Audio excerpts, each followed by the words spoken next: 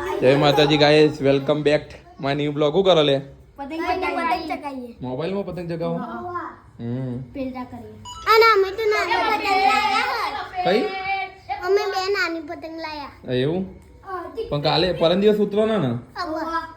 અમે પરમ દિવસે ને મોમાં ગઈ જતા રહું મોટી ઢાલ લઈ. એવું? મોમાં ગયા છે પતંગ ચગાવે? અને ભાઈ તમારે? હા તો જેન છું તો ગાઈસ જો બધા કાલે ઉત્તરાયણ માટે પતંગ ચગાવવાની વાતો કરો.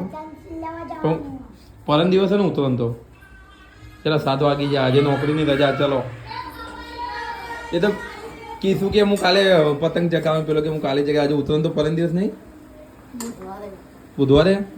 હા એટલે પરમ દિવસ 14 તારીખે ને, આજે તો 12 થી ને, કાલે 13. કાલ મંગળવાર, પમદા બુધવાર.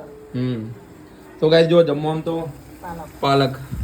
પાલકનું શાક અને અમારે હોજે ખીચડી. જો ખાલી દિવસે રોટલા બનાવી ને આના ખાવા તો બાજરીના બનાવવા ને.